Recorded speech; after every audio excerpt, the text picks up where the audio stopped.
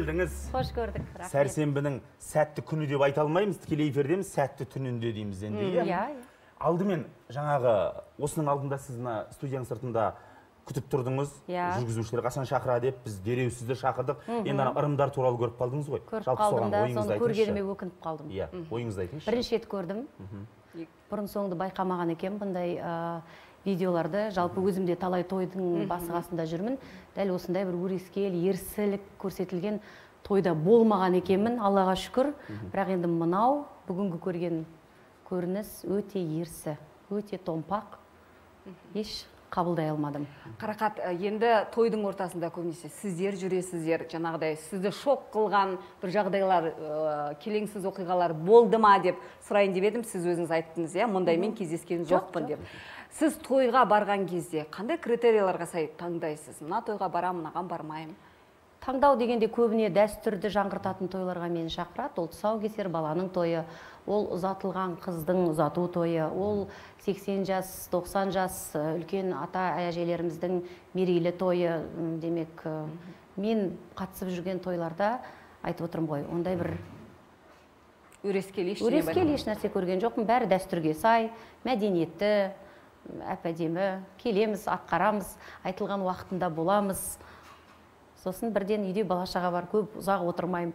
Тойда тойшыл қауыммен бірге дастарханның басында да отырмаймын. Өзім әнімді айтам, бірден қайтып кетем. Ал қазіргі жағдайда мынау індеттен кейін күндіз жасалатын болды. Тіпті Шымқаланың өзінде тойдың өзі 8-9-сыз басталмайтын тойларыңыз қазір 2-ге шақырып, 3-те басталатын күндізгі тойларға таңғы ұшақпен ұшып келіп, атқарысып, 1-2 жаңағыдай ортаға шығып, әнімді айтып, кешкі ұшақпен кері үйге қайтып кетіп жүрген жайым бар. Өте ыңғайлы. Әнімді айтамын, сосын үйге қайтамын дейсіз. Өте ыңғайлы. Мына сауал ендеше, індеттеп қалдық. Коронавирустың кезінде адамдарға жиналуға болмайтынын білдік, той жасауға болмайтынын білдік, той тойлайтын емес, ой ойлайтын заман дегенді көп айттық.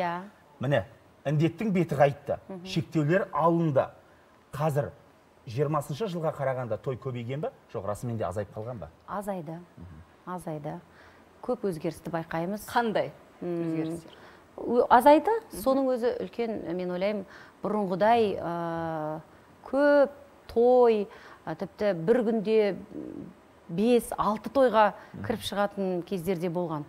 Қарағандыдағы тойды ашып, Астанадағы тойдың ортасына қатысып, кешке ұзатуға Алматыға ұшып барған деген сияқты сондай да жағдайлар біздің кестемізде болған болса, қазір Аллаға шүкір дегенмен де жалпы адамдардың осы індеттен кейін өмірге, өзіне жалпы көзқарасы өзгерді, құндылық та өзгерген сияқты. Енді бірақ жаман емес, халықтың ниеті, жалпы қазақ халқы той қазақтың жалпы қазынасы ғой, ол тойсыз қазақты елестету мүмкін емес. Біз тіпті көшпенді тау мен тастың аралап, жаңағыдай көшіп қонып жүрген кезде де, далада да, қай жерде де өзіміздің көңіл күйімізді, әрбір өміріміздегі жақсы сәттерді тойға айналдыра білген.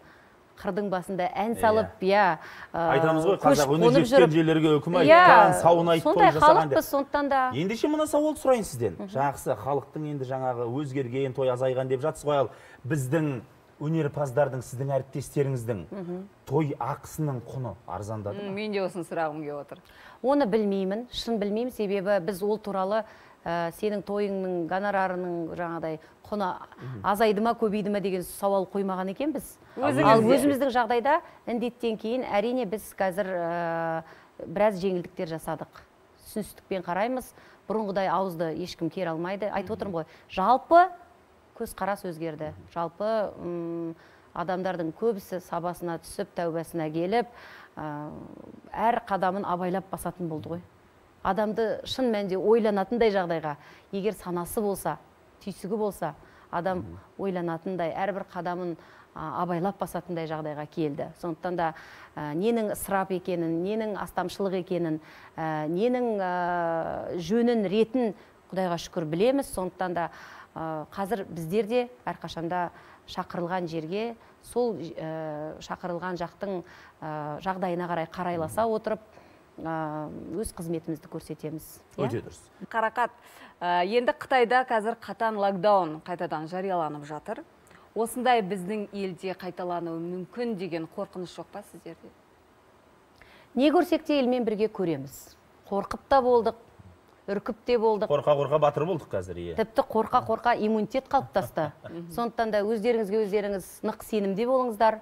Әр қашанда әрбір сынақтың алдын алатындай амал әрекетте болыңыздар. Не көрсек те елмен бірге көреміз. Елді ішіндеміз. Ел демекші қазір бізге ел арасынан Алматы қаласынан хабарласып отырған көрерменіміз бар екен. Сізге сауалым бар дейді, қосайық. Жақсы. Алло, Салтанат. Сәлеметсіз. Салтанат, сәлеметсіз бе? Алло, саламатсыздар ма? Сәлеметсіз ба? Сауалыңызды қоя қойыңыз. Қайырлы түн. Мың бір түн алдыңызда. Мың бір түн, қайырлы түн. Айта қойыңыз. Жалпы осы тақырыпқа байланысты айтатын болсам, негізі карантин тойлардың осы шешерілуі, күндіз болуы өте ыңғайлы, қазір өте жақсы. Шаршамай барып, шаршамай қайтамыз. Бірақ тойды сағындық, тойдың болғаны дұрыс. Тоймен біз қазақ халқы солай көрінеміз. Жалпы әншілердің де еңбегі зор, оңай емес, әр қаладан әр қалаға кетеді. Талай көрдім өзім. Бір сұрағым енді, осындай карантиннен кейін сіздердің гонорарларыңыз азайды ма? Жақсы. Жаңа ғана сұрағанбыз біз. Жақсы, рахмет. Салтанат, жарнамадан кейін қосқан болып тұр ғой Иә, бағдарламаны. біз бұл сұрағыңызға негіз жауап бердік. Иә, біраз көп гонорардың бағасы түсті. Иә, мына нәрсе, қазақта сөз бар, той десе қу бас томалайды дейді. Иә. Қазіргі кезде бірақ қоғам арасында пікірлер бар. Қазақ тым көп той тойлайды дегенде, пікірді естіп Тым көп шашылады. Сіздіңше, қазақ қоғамы, қазақ халқы қай тойларды міндетті түрде тойлау керек, қайсылары міндетті емес, көрпеңе қарай көсін деп қою керек. Соны айтыңызшы. Енді ол баланың тойы. Иә, жалпы қазақ әрбір баласының жетістігін, қуанышын, әрбір қадамын тойға айналдыра білген халық қой. Сондай-ақ үлкен кісілердің мерейлі тойы, үлкен жасы, күміс той, алтын той, бриллиант той деп сондай бір өнегелі, керемет тойлар неге тойланбасқа, иә? Оның тәрбиелік мәні қандай? Қаншама жылды артқа тастап, бірге өмірдің қызығында, шыжығында өткеріп, қаншама бала шағаны, немере, шөбере, шөпшек сүйген сондай бір өнегелі ғажап ғанибет тойлардың куәсі болып жатамыз. Сол сияқты жастардың үйленген тойы. Енді мен ойлаймын, бір артық той дейтіндей адамның жылына бір келетін өзінің жекеменшік мерекесі де, туған күні де бір өз ортасында шама шарқынша аталып өту керек деп ойлаймын. Өмірде, мына қысқа өмірде дейміз, иә, мәнді де сәнді қылып өткізу, әрбір күніңді ерекше қылып, көңілді өткізу әрине адамның өзінің мүмкіндігіне де байланысты шығар. Сондықтан да сіз жыл сайын туған күніңізді атап өтесіз бе? Мысалы, былтыр Түркияда болдыңыз. Иә, мен өзімді ғана емес, Әйгерім, мен жалпы сондай тәрбие көргенмін. Бір қонақ үйге келсе, өзімен бірге жаңағыдай 10 ырыс несібесінің 9-ын сол шаңыраққа тастап, біреуін ғана ішіп жеп кетеді дегенде тәмсілдер бар ғой. Демек, біз қонақ шақырған сайын, біз көпшілікпен тымысыраймай, барыңды шашып, жаңағыдай бөлісіп, қуанышқа айналдыра берген сайын, сенің өмірің жасың жасара түсетіндей, өмірің түрлене түсетіндей, жан-жағыңа жақсылық, нұр, шуақ, шапағат сыйлайсың. Той деген жақсы ғой, жақсы энергетика, жаңағыдай көңілден көңіл су ішер дейді. Көптен көрмеген жақсы достарыңды жинайсың. Ол да бір себеп, мысалға, иә. Әрине, тұрмысты сананы тұрмыс билейді деген де бар. Сондықтан да адам жақсы өмір сүргісі келеді. Әркім өзінің әр күнін мереке қылып, ерекше болып өткенін қалайды. Бірақ кейбір өмірде мынандай да адамдарды кездестіріп жатам. Мүлдем көршінің үйіне де кірмейді, ешкіммен араласпайды, жұмысқа бір ізбен барып, бір ізбен келіп, ешқандай аралас-құралас жоқ. Олай өмір, мен ойлаймын, ол мүмкін емес, олай өмір сүру. Жақсы. Ол мен үшін өте түсініксіз, Құдай сақтасын. Жаңа карантиннен бастадық қой, әңгіменің барысына мына сауал. 2020-да той тоқтағалы бері әншілердің кейбірі инфо-цыган секілді түрлі ойындар өткізуге, түрлі курстар сатуға көшіп кетті. Оларға пікіріңіз қалай, әріптестеріңізге? Енді әркім өзінің білгенше амал әрекет жасап жатыр. Бұны сөгу керек па, жоқ па? Оны мен емес сөгетін. Ол қатарда мен жоқпын. өзімнің ақылым өзіме әрең жетеді дегендей, сондықтан мен өз ақылымды, өз білген түйгенімді өзімнің бала шағама, отбасымның тәрбиесіне, солардың жаңағыдай өмірінің жақсы болуына жұмсайын одан да. Менің үйтіп жалпылама асып тасып атқан біріншіден білімім, ақылым, соншалықты тәжірибемде жоқ шығар. Ал бірақ өзімдегі барымды мен өзімнің айналамда да жетіп жатыр. 6 балапаным бар, отбасым, мектептерім бар. Менің өз бір басыма жететін айтамын десем дейсіз ғой. Айтамын десем, бөлсемін десем жеткілікті. Сондықтан да әр адам білгенше амал жасайды. Сондықтан да әркім өзі үшін жауап берген дұрыс шығар деп ойлаймын. Енді Қарақат, ең бастысы адалынан табыс тапса екен деймін. Нанды адалынан жесе дейсіз ғой. Нанды адалынан жесін, ешкімді алдамау, сөз хақысына қалмау. Себебі ақыретте бәріміз жауаптымыз ғой. Әрбір сөзімізге, қараған көзімізге, қимыл әрекетіміздің барлығында біз ақыретте жауап береміз. Сондықтан да әрқайсымыз өзімізден бастайық. Мына нәрсені сұрай кетейінші, жаңа енді айтып жатырмыз ғой, біз мерейтойлар жасаймыз дедіңіз, енді тойдың жаңағы той жасаған барысында жаңа салт дәстүрлер, енді салт дәстүр емес шығар, жаңағы кейбір қиғылық тірліктер бәріміз шошытып отыр. Жоқ, дәстүрдің озығы бар, тозығы бар дейді. Сіз тойға барған кезде қазақтың осы салт дәстүрін ұмытпайық, мынаны жаңғыртайық деген сәттер болды ма? Нені жаңғырттыңыз және қандай көздерден, қандай кітаптан, қандай дүниелерден қарайсыз тойды жаңғыртудың және қазақтың ұмытылып кеткен дәстүрлерін жаңғыртудың жолдарын? Жалпы жаңғыртқанда негізі қазаққа еш нәрсені үйретіп қажеті жоқ. Барлығы түсінікті. Ондай алып баратқан жаңалық ашатындай еш нәрсе жоқ. Мысалға, тұсаукесер тойда балаға бір нәрсе затты таңдатып жатады. Домбыра, ақша қойып, кітап қойып жатады. Ол қазақтың дәстүрінде жоқ нәрсе. Ол кәріс ұлтының, мысалға, бала 1 жасқа толғанда олар үлкен ұлан асыр той жасайды. Ол кәрістердің салты алып келгенде. Бірақ әдемілік үшін, қызық үшін жасалғандықтан біздің қазақ соны қайталап жүрген жайы бар. Осы мәселеде мен ескертемін. Міндетті түрде балаға отырғызып қойып біріне таңда деудің еш қажеті жоқ. Ол тіпті бізге тәнді нәрсе емес. Ол тек қызық үшін жасалған. Адамдарға көңілді болу үшін, әр жағында ырым деген нәрсе бар. Сондықтан да сондай бір болар болмас кейде бір еліктейім деп, ең қиыны мынау шетелге еліктейім деп, Қарақат, осы орайда мен бір сауал қоямын, оған сіз жарнамадан кейін жауап бересіз. Гендер пати дегенді қазір бәрі жасап кетті, енді 7-ші рет бөпелі болатын болсаңыз, осыны жасар ма едіңіз? Жаңағы шетелдік Европаға еліктеудің бұл бір анық көрінісі. Шар жарып жүргендер ғой. Шар жары болма қыз ба енді. Ол да қызық үшін шығар. Тіпті жас отбасыларына жарасатын шығар. Мысалға, біздің жағдайда ол ерсі деп ойлаймын. Үлкен кісілер де жасап жатты ғой осылай. Жасай береді ғой, енді қайтсын, жастардан қалса ма. Бірақ мен өз пікірімді, өз ойымды айтып отырмын. Демек, сіздерден күтпейміз. Қыз бола ма, ол жаратқан бір Алланың бұйрығымен болатын нәрсе. Сондықтан да қызық қуғаның жөні осы екен деп, тіпті бір терезеден кіріп жатқан нес. Жаңағы атайдың үлкен тұсауын кесіп жатыр, көрдіңіз? Сондықтан өмірде талай қызық бар дегендей. Бейне жазбаның басында айтып қалдым ғой, жаңағы бір келінді терезеден, 2 бауыр қатар елже бірін есікті деген. Мен Маңғыстау өңірінде көрген дүнием, бұл сіздіңше бұрыс па? Мен қабылдай алмадым. Неге есіктен кіре салмайды дейміз? Енді бұл шоу ма, не нәрсе? Ерекшеленгісі келген шығар мүмкін. Қазір мынау көбіне адамдар инстаграмдап, әлеуметтік желіде хайп үшін, барлық қаралым көтеріп, өздерін көтеру үшін түрлі әрекеттерге барып жатыр. Хайптың негізіне барып атқан әншілер ғой, Қарақат ханым, неше түрлісін жасап жүр. Жоқ, ол тіпті әншілерді қойыңызшы, енді ол шоу-бизнеста жүрген шоу-бизнестің өкілдеріне ол тән шығар мүмкін. Ал енді жай мынау қарапайым әртүрлі болып жатқан жандардың өзі өздерін танымал ету үшін жаңағыдай қатты жұлқып тұрып билейтін әншілер бар, неше түрлі көп қой, әлеуметтік желіде ашып қалсаңыз. Жаңағыдай жерге жата қалып, ешқандай комплекс жоқ. Ау, мен қыз бала екен мынау, маған осым ерсі емес па, мына жерде үлкен кісілер қарап отқан жоқ па дегеннің барлығын сырып тастаған. Бәріне дайыншы. Сондықтан да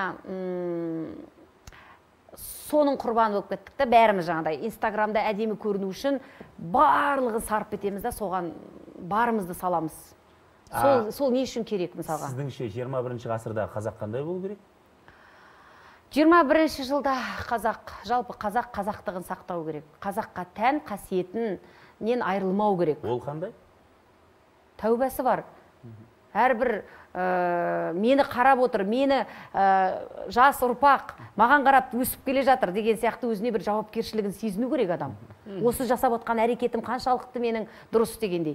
Кейде бір 80 жас тойға барған кезде апаларымыз шаштары әппақ болып кеткен, соны бояп алып, жаңағыдай ашық декольте көйлек киіп, сондай жағдайды көргенде тағы да қынжыламын.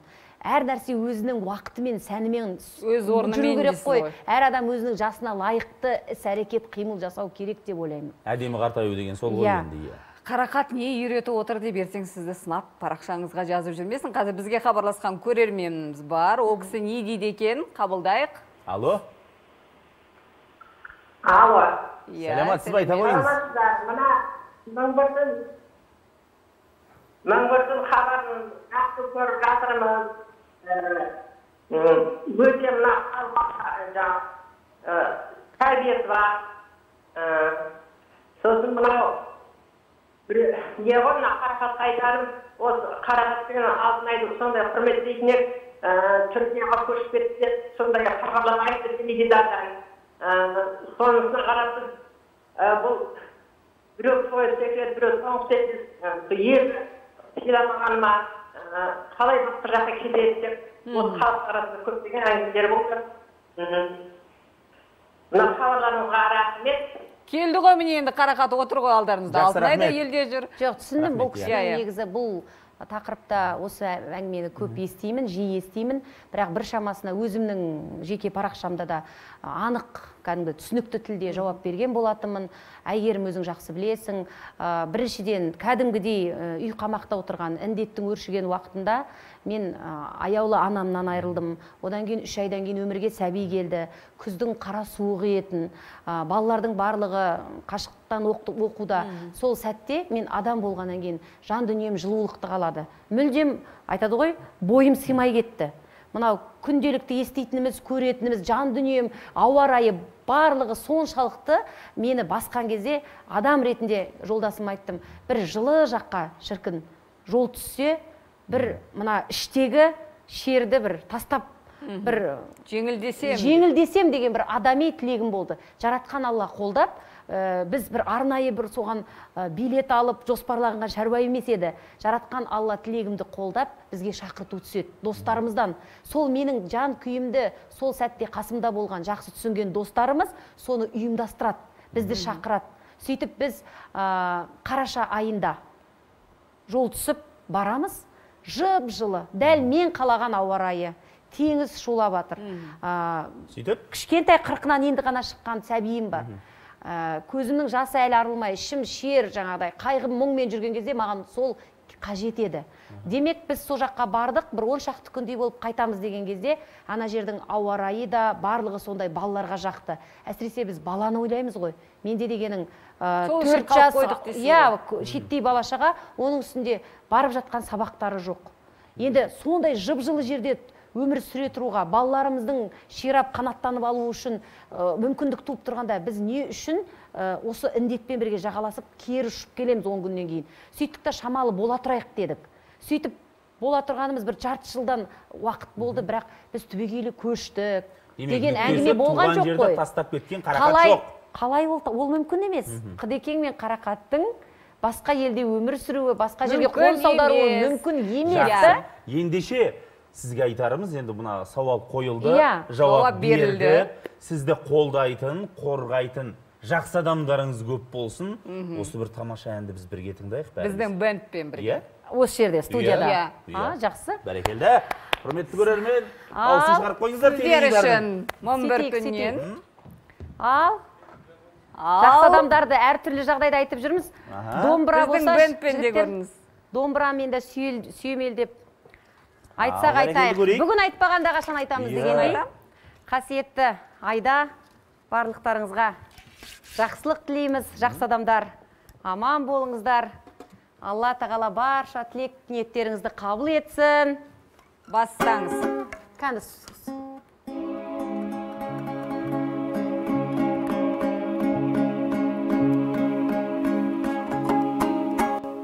Өзі осылай бір аяқ астынан болған нәрселер әрқашанда сәтті шығып жатады. Ең бастысы ниет, ең бастысы көңіл деп ойлаймын, қабыл алыңыздар. Ал кеттік. Беу деңіз.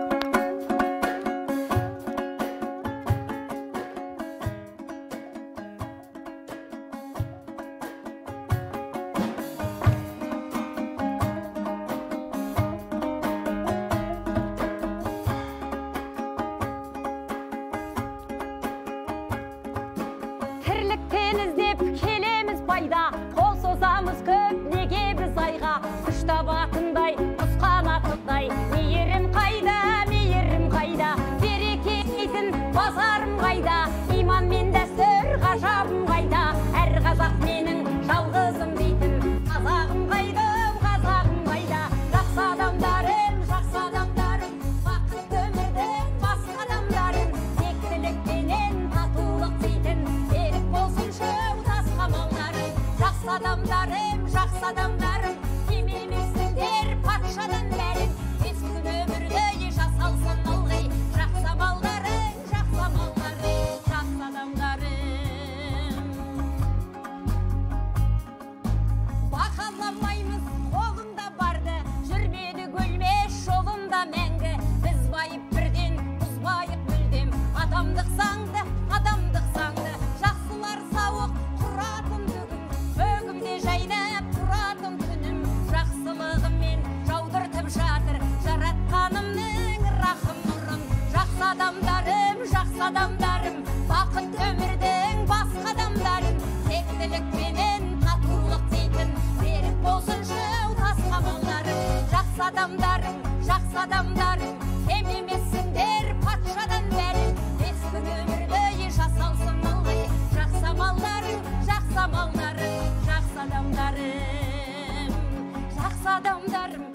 адамдарым, бақытты өмірдің басқа адамдарым, тектілікпенен татулық дейтін, берік болсыншы тас қамалдарың.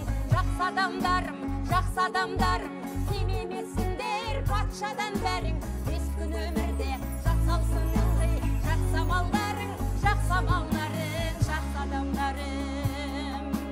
Жасай беріңдер, жақсы адамдарым. Рахмет, Қарақат, бізге келіп. Сізге көп жақсы адамдары көп болсын, ел аман жұрт тыныш болсын. Аумин. Сізге алғыс айтамыз.